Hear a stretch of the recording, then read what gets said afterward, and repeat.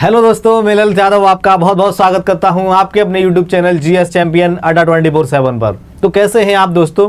I hope आप ज़बरदस्त होंगे और पढ़ाई करने में व्यस्त होंगे।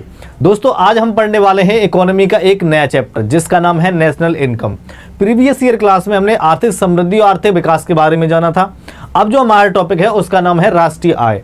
आज हम जानेंगे राष्ट्रीय आय क्या होती है, यानी कि नेशनल इनकम क्या होती है, जीडीपी क्या होती है, जीएनपी क्या होती है, एनडीपी क्या होती है। इन सब के बारे में हम चीज़ें डिटेल से जानेंगे। राष्ट्रीय आय के जो आंकड़े हैं वो कौन जारी करता है और राष्ट्रीय आय को कैसे मेजर किया जाता है। तो हमारे टॉपिक का नाम है राष्ट्रीय आय यानी कि नेशनल इनकम। ठीक है, टॉपिक का क्या नाम है? National income. नेशनल इनकम को हम डिटेल से आज पढ़ेंगे और जो प्रीवियस ईयर क्वेश्चन है वो भी इस टॉपिक के बाद में, जब हमारा टॉपिक खत्म होगा उसके बाद में हम प्रीवियस ईयर क्वेश्चंस भी लगाएंगे। ठीक है, ये विजिबल है, रेड कलर विजिबल है थोड़ा थोड़ा, चलो ठीक है, लुक्स अच्छा आना चाहिए। तो आज हम पढ़ने वाले हैं राष्ट्रीय आय, नेशनल इनकम।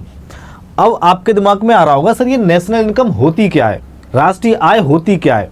तो राष्ट्रीय आय की हम बात कर रहे हैं तो एक वित्तीय वर्ष में राष्ट्र के लोगों के द्वारा वस्तु एवं सेवाओं से की गई आय, यानी कि जो फाइनेंशियर होता है, फाइनेंशियर कब से कब तक होता है? 1 अप्रैल से लेकर के 31 मार्च तक फाइनेंशियर होता है।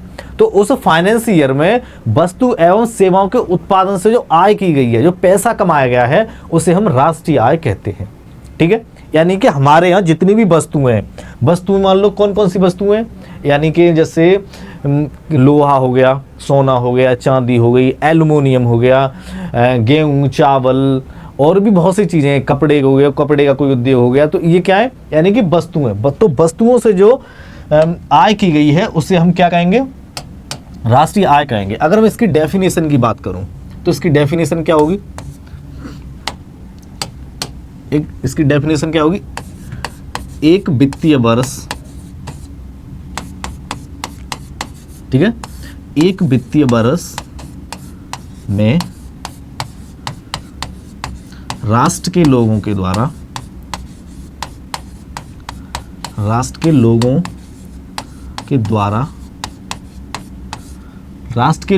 द्वारा वस्तु एवं सेवाओं, क्या? वस्तु एवं सेवाओं, ठीक है, वस्तु एवं सेवाओं से प्राप्त की गई आय, वस्तु एवं सेवाओं से प्राप्त की गई आय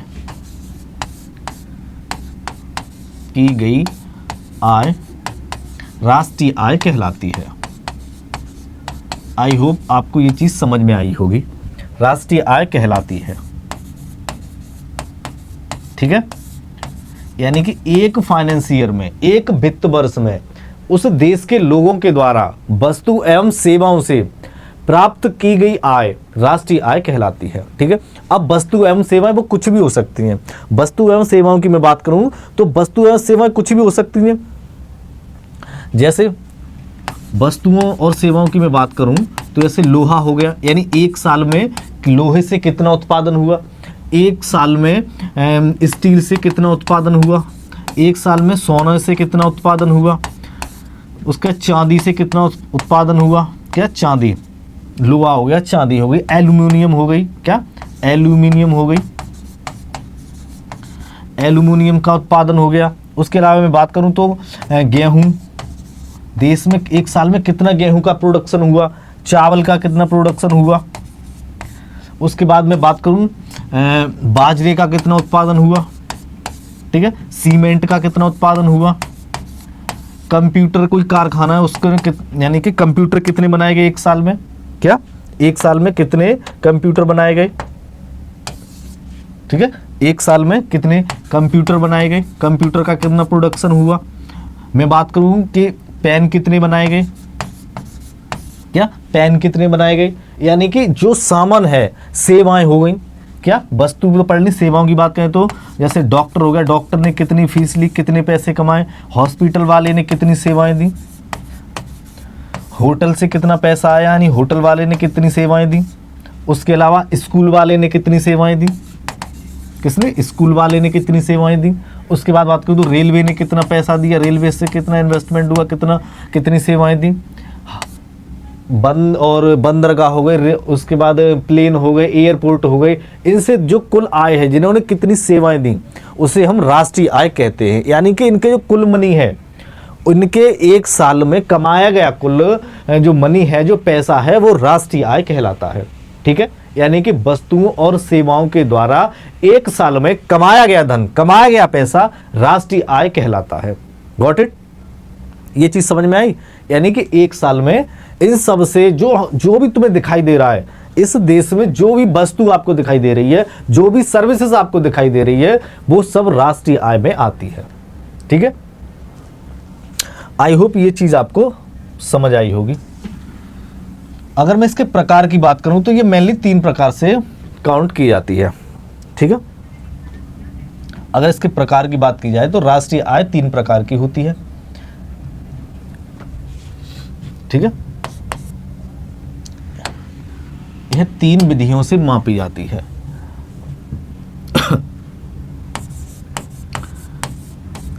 इसे 3 विधियों से मापा जाता है। जो राष्ट्रीय आय है, इसे 3 विधियों से मापा जाता है। अब वो 3 विधि कौन सी हैं? There are 3 measurement of national income. अब सबसे पहले कौन सा आता है? सबसे पहले आती है आय विधि। कौन सी आती है? आय विधि, यानी कि इनकम मेथड। इनकम मेथड क्या है? यानी कि सरकार का इनकम मेथड, यानी कि राष्ट्रीय आय का इनकम मेथड, यानी कहां से इनकम होती है। ठीक है, इनकम मेथड। तो इनकम मेथड की बात की है तो इसका इनकम मेथड क्या होगा? ये विजिबल है?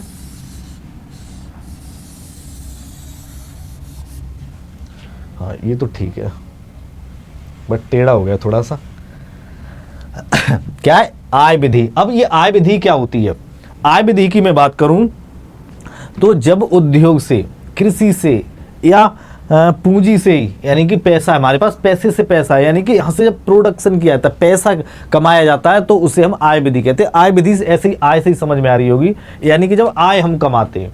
ठीक है, क्या करते हैं? यानी कि जब आय हम करते हैं, आय कमाते हैं, तो इसे हम क्या बोलते हैं? आय विधि बोलते हैं। एक वित्तीय वर्ष में उत्पादन के कारकों द्वारा अर्जित आय।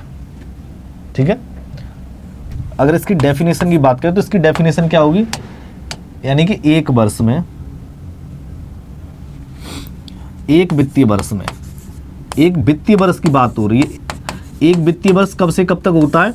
यानी कि एक जो वित्तीय वर्ष होता है वो 1 अप्रैल से लेकर के 31 मार्च तक होता है। एक वित्तीय वर्ष में, एक वित्तीय वर्ष में उत्पादन के कारकों द्वारा अर्जित आय।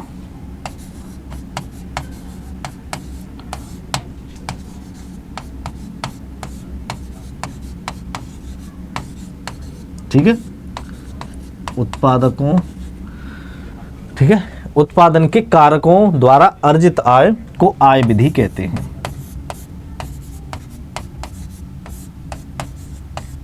जैसे कौन कौन से कारक हैं? वो कौन कौन से कारक हैं?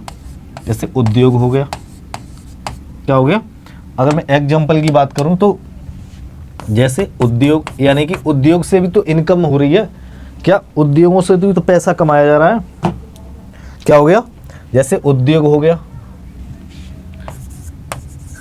जैसे कृषि हो गई। क्या? कृषि हो गई, जैसे कृषि हो गई। कृषि के बाद जैसे पूंजी हो गई। पूंजी यानी कि पैसा। पैसे को हमने दूसरे देश को ब्याज पर दे रखा है या दूसरे देश में इन्वेस्ट कर दिया पैसे को, तो क्या हो गया? पूंजी हो गई। और क्या हो गया? उद्योग हो गया, कृषि हो गई, पूंजी हो गई और आदि चीजें जिनसे पैसा कमाया जाता है,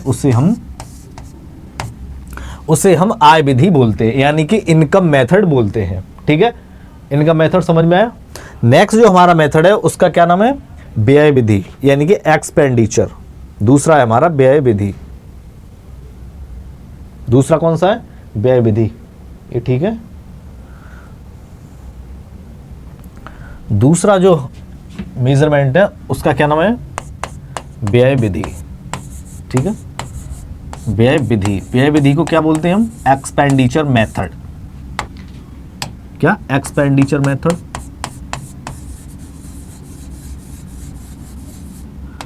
एक्सपेंडिचर मेथड,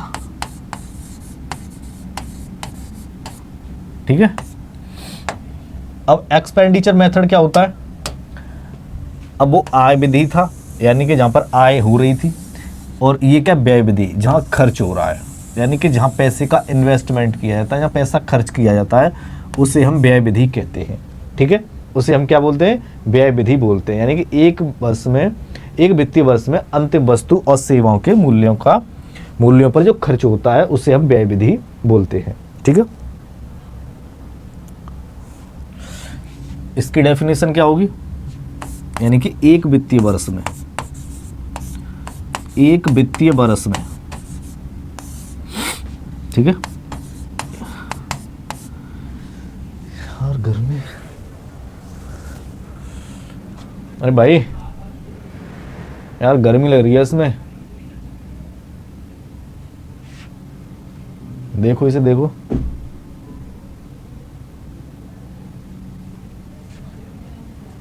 यार इसमें गर्मी लग रही है। बोतल नहीं है, नहीं है, ठीक है। एक वित्तीय वर्ष में, एक वित्तीय वर्ष में वस्तु एवं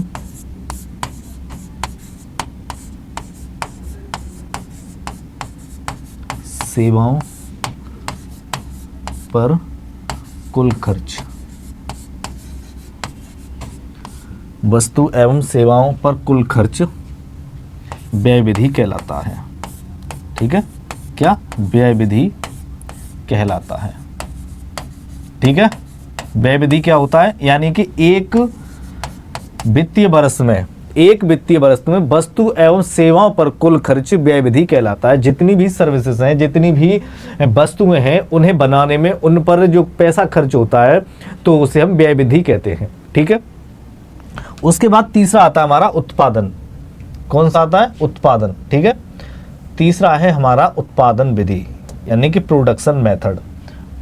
तीसरा कौन सा है, प्रोडक्शन मेथड। तीसरा है उत्पादन विधि, जिसे हम प्रोडक्शन मेथड कहते हैं। क्या, प्रोडक्शन विधि, प्रोडक्शन मेथड, प्रोडक्शन मेथड, ठीक है। इसे वाइट से लिखो यार, एक मिनट, एक मिनट। इसे प्रोडक्शन को मैं वाइट से लिख रहा हूं, कलर कॉम्बिनेशन का ध्यान रखना पड़ता है, यानी कि प्रोडक्शन मेथड।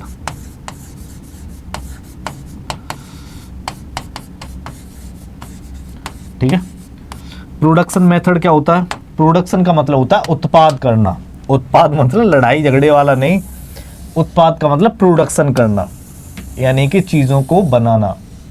उसे हम क्या बोलते हैं, उत्पादन विधि बोलते हैं, यानी कि प्रोडक्शन मेथड। प्रोडक्शन मेथड क्या होता है, यानी कि किसी भी कच्चे माल को, उपयोगी वस्तुओं को उपयोगी वस्तु बनाने के लिए प्रयोग किया जाता है। कोई भी कच्चा माल है और उसे उपयोगी वस्तु बनानी है तो उसे हम प्रोडक्शन कहते हैं, प्रोडक्शन विधि कहते हैं। मतलब कि मान लो कोई एक रॉ मटेरियल है, raw material just like as गेहूं। अब गेहूं से आटा बनाना है या गेहूं से ब्रेड बनाना है, तो क्या होगा, पहले आटा बनाओ फिर आटे से ब्रेड बनाओ, तो क्या है, एक उपयोगी वस्तु बन के तैयार होगी। डायरेक्ट गेहूं को तो कोई खा नहीं सकता ना, तो कोई भी एक ऐसी वस्तु जो उपयोग की जा सके। गेहूं को डायरेक्ट कहाँ से आप उपयोग कर लोगे, तो क्या है, प्रोडक्शन करना। तो किसी भी कच्चे माल का एक कोई भी ऐसी वस्तु बनाना जो उपयोग की जा सके, ठीक है। कच्चे माल से उपयोगी वस्तु का निर्माण करना, तो इसे क्या कहेंगे हम, यानी कि उत्पादन क्या होता है, जब कच्चे माल से, जब रॉ मटेरियल से, जब कच्चे माल से उपयोगी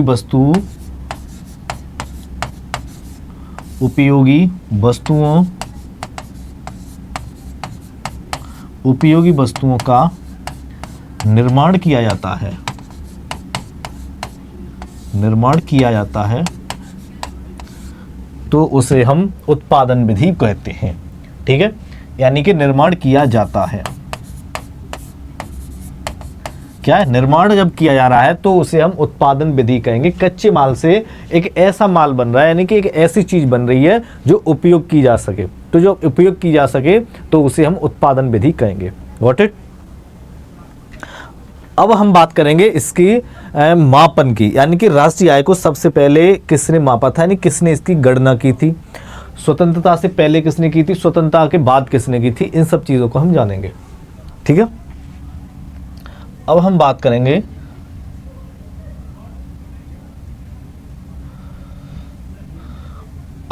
करेंगे राष्ट्रीय आय की गणना। ठीक है, क्या, राष्ट्रीय आय की गणना। राष्ट्रीय आय की गणना, राष्ट्रीय आय की गणना की बात करें तो इसे इंग्लिश में क्या बोलेंगे, यानी कि कैलकुलेशन ऑफ नेशनल इनकम।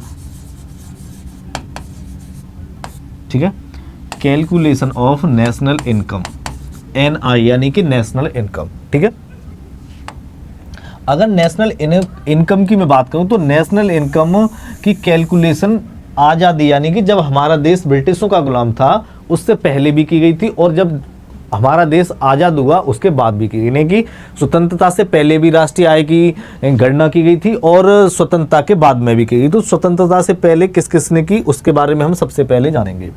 सबसे पहले जानेंगे स्वतंत्रता के बाद की। ठीक है, सबसे पहले जानेंगे, सॉरी, स्वतंत्रता से पहले की। क्या, राष्ट्रीय आय, क्या, सबसे पहले राष्ट्रीय आय जानेंगे हम स्वतंत्रता से पहले की।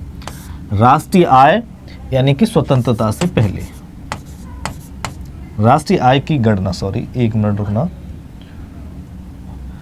राष्ट्रीय आय की गणना स्वतंत्रता से पहले, यानी कि जब हमारा देश आजाद नहीं हुआ था, स्वतंत्रता से पहले। ठीक है,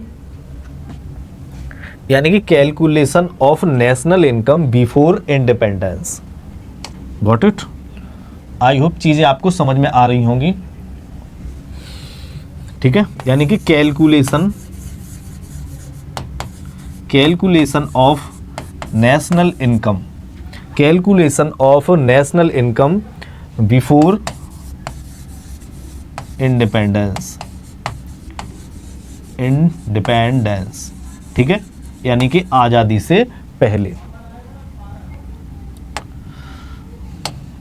आजादी से पहले अगर राष्ट्रीय आय की बात करें तो आजादी से पहले राष्ट्रीय आय की गणना सबसे पहले करने वाले व्यक्ति कौन थे, कोई बताएगा? यानी कि राष्ट्रीय आय की गणना करने वाले व्यक्ति कौन थे?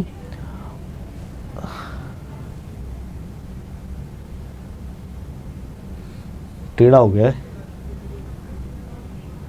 अगली बार से सीधा लिखना है।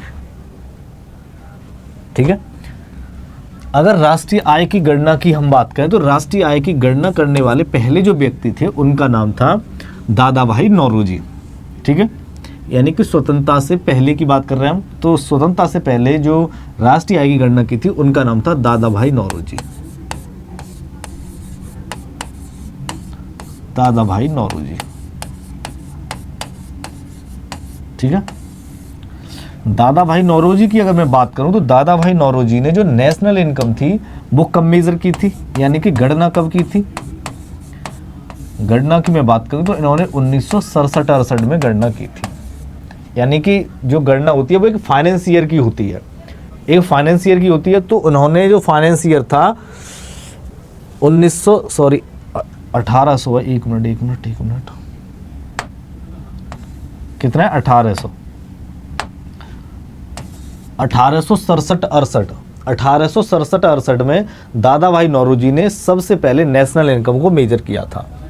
दादा भाई नौरोजी ने जो राष्ट्रीय आय मेजर की थी उस पर एक किताब भी लिखी थी उन्होंने, उसमें सारे आंकड़े जारी किए थे और उसमें चीज़ों को एक्सप्लेन किया था। तो उन्होंने एक बुक लिखी थी। मैं बुक की बात करूं तो इनकी किताब कौन सी थी, इन्होंने जो किताब लिखी थी इस पर, उस किताब का नाम था the poverty and un-British rule of India. क्या था? The poverty and un-British rule of India, un-British rule of India,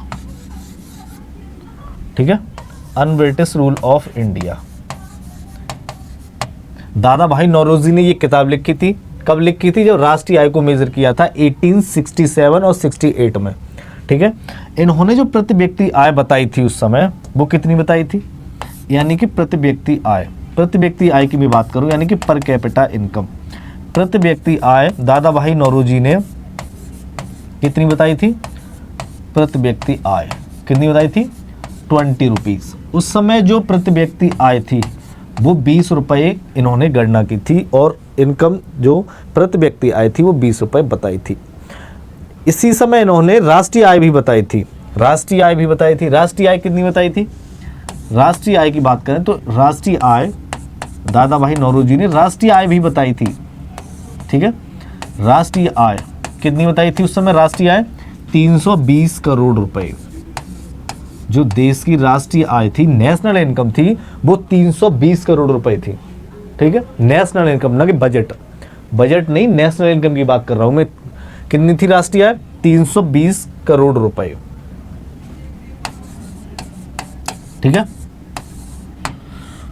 अगर हम बात करें एक इंपॉर्टेंट पॉइंट और आपको याद रखना है दादा भाई नौरोजी से रिलेटेड, क्या याद रखना है? दादा भाई नौरोजी को राष्ट्रीय आय का पितामह भी कहा जाता है, ठीक है, ठीक है। इन्हें, ये विजिबल है, हाँ ठीक है, दिखाई दे रहा है। इन्हें राष्ट्रीय आय, इन्हें राष्ट्रीय आय का पितामह भी कहा जाता है, ठीक है, पितामह भी कहा जाता है।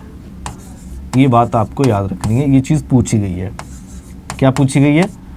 कि राष्ट्रीय आय का पितामह किसे कहा जाता है? तो वो कौन है? राष्ट्रीय आय का पितामह किसे कहा जाता है? दादा भाई नौरोजी को, ठीक है। इन्होंने राष्ट्रीय आय को मापा था, कितनी बताई थी राष्ट्रीय आय? 320 करोड़ रुपए। इन्होंने प्रति व्यक्ति आय को भी काउंट किया था, यानी कि पर कैपिटा इनकम जिसे बोलते हैं, पर कैपिटा इनकम इन्होंने 20 रुपए बताई थी, ठीक है। इनकी जो किताब थी, जो इस समय इन्होंने किताब लिखी थी, उस किताब का नाम था the poverty and un-British rule of India. फिर इसके बाद में एक और इकोनॉमिस्ट हुए हैं जिन्होंने अपने आंकड़े दिए थे। वो कौन से हुए? उन इकोनॉमिस्ट की अगर हम बात करें तो एक और इकोनॉमिस्ट हुए हैं जिनका नाम था फिंडले सिराज। क्या नाम था? फिंडले सिराज, फिंडले सिराज, ठीक है। कौन हुए? फिंडले सिराज। फिंडले सिराज को याद रखना है आपको। फिंडले सिराज ने जो आंकड़े दिए थे वो 1931-32 के फाइनेंस ईयर के अकॉर्डिंग दिए थे। कब दिए थे? 1931-32 के फाइनेंस ईयर के अकॉर्डिंग इन्होंने अपने आंकड़े जारी किए थे, ठीक है। उसकी बात करें तो इन्होंने जो प्रति व्यक्ति आय थी, जो प्रति व्यक्ति आय थी वो कितनी बताई थी? 49 रुपए। कितनी बताई थी? 49 रुपए। फिंडले सिराज की मैं बात करूं तो ये ब्रिटिश के मूल निवासी थे। कहाँ के रहने वाले थे? ब्रिटेन के रहने वाले थे, ठीक है। इनका संबंध ब्रिटेन से था, ये बात आपको याद रखनी है। इनका जो संबंध था वो कहाँ से था? ब्रिटेन। इनका संबंध ब्रिटेन से था। कहाँ से था? ब्रिटेन से इनका संबंध था।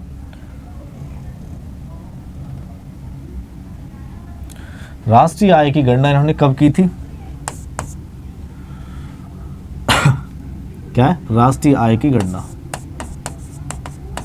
राष्ट्रीय आय की गणना की बात की जाए तो राष्ट्रीय आय की गणना 1931-32 में की थी,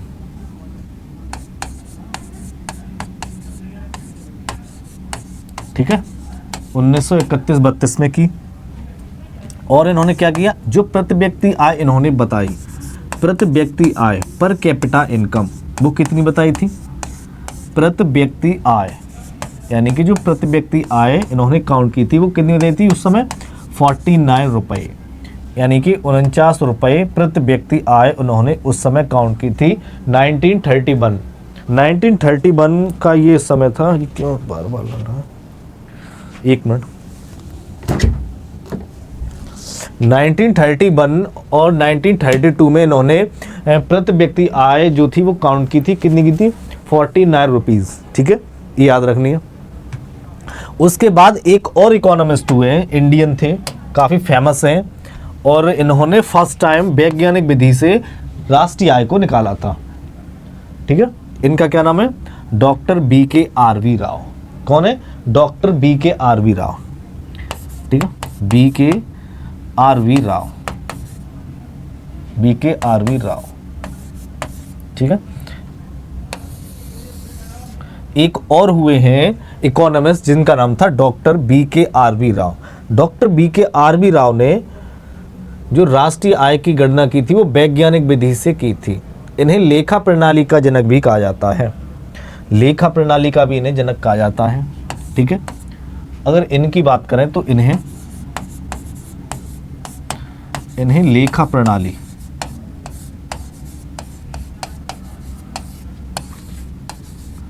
का जनक कहा जाता है, ठीक है, लेखा प्रणाली का जनक कहा जाता है। इन्होंने फर्स्ट टाइम वैज्ञानिक विधि से राष्ट्रीय आय को मेजर किया था, ठीक है। क्या इन्होंने पहली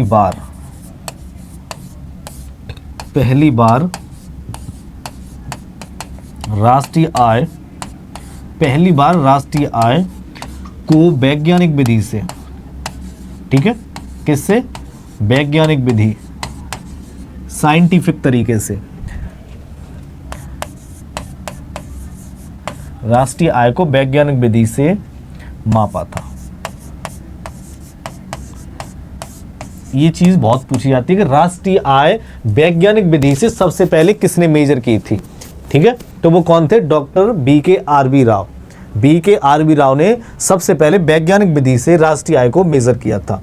तो इन्होंने जो प्रति व्यक्ति आय बताई थी उस समय, कितनी बताई थी, प्रति व्यक्ति आय जो डॉक्टर B.K.R.V. राव ने बताई थी वो कितनी बताई थी, प्रति व्यक्ति आय कितनी बताई थी, 62 रुपये, ठीक है। इन्होंने जो राष्ट्रीय आय बताई थी वो कितनी बताई थी, यानी कि 62 रुपये, यानी कि 62 रुपये इन्होंने राष्ट्रीय आय को बताया था, ठीक है। अब हम पढ़ेंगे राष्ट्रीय आय की गणना स्वतंत्रता के बाद। ये जो हमने पढ़ी थी वो देश की आज़ादी से पहले पढ़ी थी, देश की आज़ादी से पहले ये पढ़ी थी। कई इकोनॉमिस्ट हुए जिन्होंने अपनी जो विधि थी उन विधियों से प्रति व्यक्ति आय को बताया था। अब हम बात करेंगे स्वतंत्रता के बाद में, यानी कि देश के आज़ाद होने के बाद में, ठीक है, राष्ट्रीय आय की गणना स्वतंत्रता के बाद, ठीक है। अब हम क्या पढ़ेंगे, राष्ट्रीय आय की गणना स्वतंत्रता के बाद,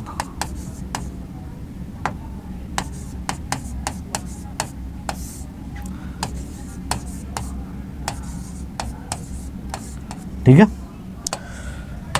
यानी कि calculation of national income, calculation of national income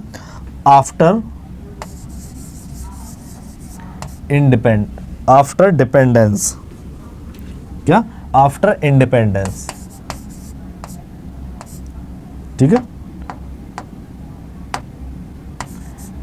independence, ठीक है। अगर मैं आज़ादी के बाद की बात करूं तो आज़ादी के बाद जो राष्ट्रीय आय की गणना थी वो किसने की थी, वो सबसे पहले की थी राष्ट्रीय आय समिति ने। किसने की थी, राष्ट्रीय आय समिति ने, ठीक है। सबसे पहले राष्ट्रीय आय की जो गणना की थी वो राष्ट्रीय आय समिति ने की थी। राष्ट्रीय आय समिति, ठीक है। राष्ट्रीय आय समिति के द्वारा स्वतंत्रता के बाद में राष्ट्रीय आय की गणना की गई, ठीक है। राष्ट्रीय आय समिति बनाई, इस समिति ने राष्ट्रीय आय की गणना की थी आज़ादी के बाद। आज़ादी से पहले कई इकोनॉमिस्ट हुए थे, उन इकोनॉमिस्ट ने प्रति व्यक्ति आय और नेशनल इनकम के बारे में बताया था स्वतंत्रता से पहले, और स्वतंत्रता के बाद में जो प्रति व्यक्ति आय और राष्ट्रीय इनकम के बारे में राष्ट्रीय आय समिति ने बताया था, यानी कि नेशनल इनकम कमेटी। किसने बताया था? National income committee. किसने बताया था? नेशनल इनकम कमेटी, ठीक है। National income committee. National income committee की बात करूं तो नेशनल इनकम कमेटी का जो गठन हुआ था, क्या गठन, नेशनल इनकम कमेटी के गठन की बात करूं तो इसका जो गठन हुआ था वो अगस्त 1949 में हुआ था।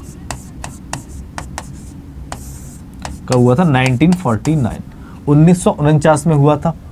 इसके जो अध्यक्ष थे उनका नाम था पीसी महालनोबिस, जो भारत के एक प्रसिद्ध इकोनॉमिस्ट रहे हैं, ठीक है। अध्यक्ष कौन रहे हैं? इसके अध्यक्ष की मैं बात करूं तो इसके जो अध्यक्ष रहे हैं उनका नाम था पीसी महालनोबिस। पीसी महालनोबिस एक फेमस इकोनॉमिस्ट है भारत के, सफल और फेमस दोनों ही है। पीसी महालनोबिस,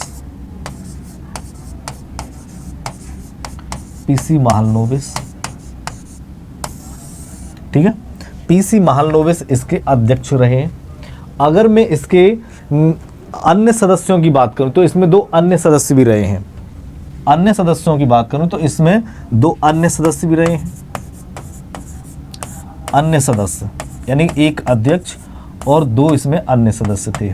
उसमें सबसे पहले आते हैं डॉक्टर BKRV राव, इस समिति के अध्यक्ष थे। कौन? Doctor BKRV Rao. BKRV Rao, जिन्होंने वैज्ञानिक विधि से प्रति व्यक्ति आय और राष्ट्रीय आय को निकाला था, डॉक्टर BKRV राव। और दूसरे रहे हैं DR गॉडगिल। कौन? DR गॉडगिल।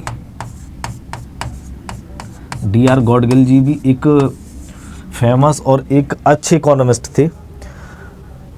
अन्य सदस्य कौन है? 2 अन्य सदस्य हैं। किसमें? राष्ट्रीय आय समिति। राष्ट्रीय आय समिति भारत में बनी आज़ादी के बाद में 1949 में। 1949 में कितना 10 मिनट रुको यार, ठीक है। गठन कब हुआ? अगस्त 1949 में। महालनोबिस इसके अध्यक्ष थे। अन्य सदस्य की बात करें तो डॉक्टर BKRV राव थे और दूसरे एक सदस्य थे DR गॉडगिल, ठीक है। अगर मैं इसकी रिपोर्ट की बात करूं तो इसकी जो पहली रिपोर्ट थी, रिपोर्ट की अगर मैं बात करूं तो इसकी जो पहली रिपोर्ट आई थी, क्या रिपोर्ट, पहली रिपोर्ट, यानी कि ये जो तीनों लोग थे ये देश की राष्ट्रीय आय पर काम कर रहे थे। तो इनकी जो पहली रिपोर्ट आई थी वो 1991 में आई थी। कब आई थी? 1951 में, सॉरी 91 नहीं, 1951 में आई थी। दूसरी रिपोर्ट की मैं बात करूं तो इनकी जो दूसरी रिपोर्ट थी, कौन सी? दूसरी रिपोर्ट जो आई थी इनकी, दूसरी रिपोर्ट थी वो 1959 में आई थी। 1959 में आई थी, ठीक है। इस समिति ने जो प्रति व्यक्ति आय बताई थी वो कितनी बताई थी? प्रति व्यक्ति आय की मैं बात करूं तो जो प्रति व्यक्ति आय बताई थी वो 246 रुपये बताई गई थी। कितनी? 246 रुपये 90 पैसे प्रति व्यक्ति आय बताई गई थी, ठीक है। प्रति व्यक्ति आय की मैं बात करूं तो इसका फॉर्मूला क्या होता है? कोई बताएगा? प्रति व्यक्ति आय के फॉर्मूले की मैं बात करूं तो इसका फॉर्मूला क्या है? यानी कि फॉर्मूला किसका? प्रति व्यक्ति आय।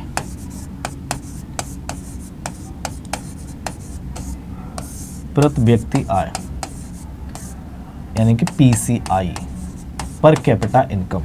इसके फॉर्मूले की बात किया तो इसका फॉर्मूला क्या होगा, यानी कि कुल आय, यानी कि देश की कितनी कुल आय है, राष्ट्रीय आय कितनी है और कुल पॉपुलेशन कितनी है। ठीक है, कुल जनसंख्या, ठीक है, कुल जनसंख्या कितनी है, यानी कि देश की कुल आय अपॉन देश की कुल जनसंख्या, कुल पॉपुलेशन को हम प्रति व्यक्ति आय कहते हैं। ठीक है, आज की क्लास हम यहीं पे खत्म करते हैं। अगली बार मिलेंगे हम नेक्स्ट क्लास में, जिसमें हम पढ़ेंगे जीडीपी, जीएनपी, इन सब के बारे में पढ़ेंगे। ठीक है, तो नेक्स्ट क्लास में मिलेंगे। बाय।